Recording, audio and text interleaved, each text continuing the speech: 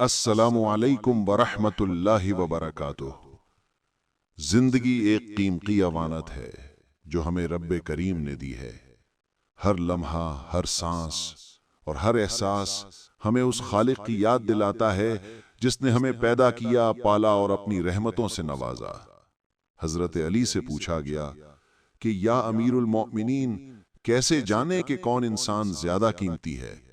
آپ نے فرمایا، جس انسان میں جتنا زیادہ احساس ہو وہ اتنا ہی قیمتی ہے۔ یاد رکھو، دنیا دولت سے بنتی ہے مگر آخرت اعمال سے۔ جو اپنی آخرت کو سنوار لیتا ہے، اللہ اس کی دنیا کو بھی نور اور برکت سے بھر دیتا ہے۔ زندگی میں اپنے چاہنے والوں کو ہمیشہ اپنی محبت کا احساس دلاتے رہو، مگر اتنی دوری نہ دو کہ وہ تمہارے بغیر جینا سیکھ لیں۔ جب تم اپنی خواہشات کو اللہ کی رضا کے لیے چھوڑ دیتے ہو تو تمہاری دعائیں بغیر کسی تاخیر کے قبول ہونے لگتی ہیں۔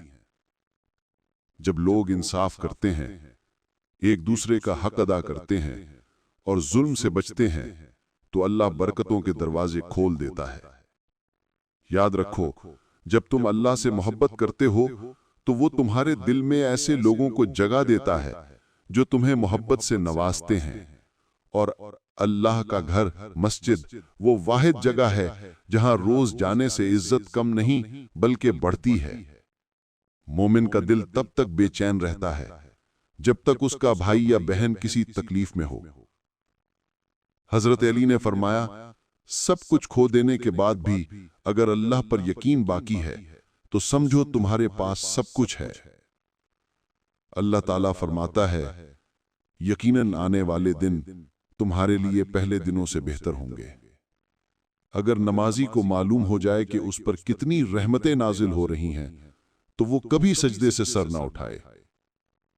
جس نے تمہارا نصیب لکھا ہے وہی اسے بہتر کرنے کی بھی قدرت رکھتا ہے، اس لیے دعا مانگو، یقین رکھو، پھر دیکھو اللہ تمہارے لیے کیسی راہیں کھول دیتا ہے۔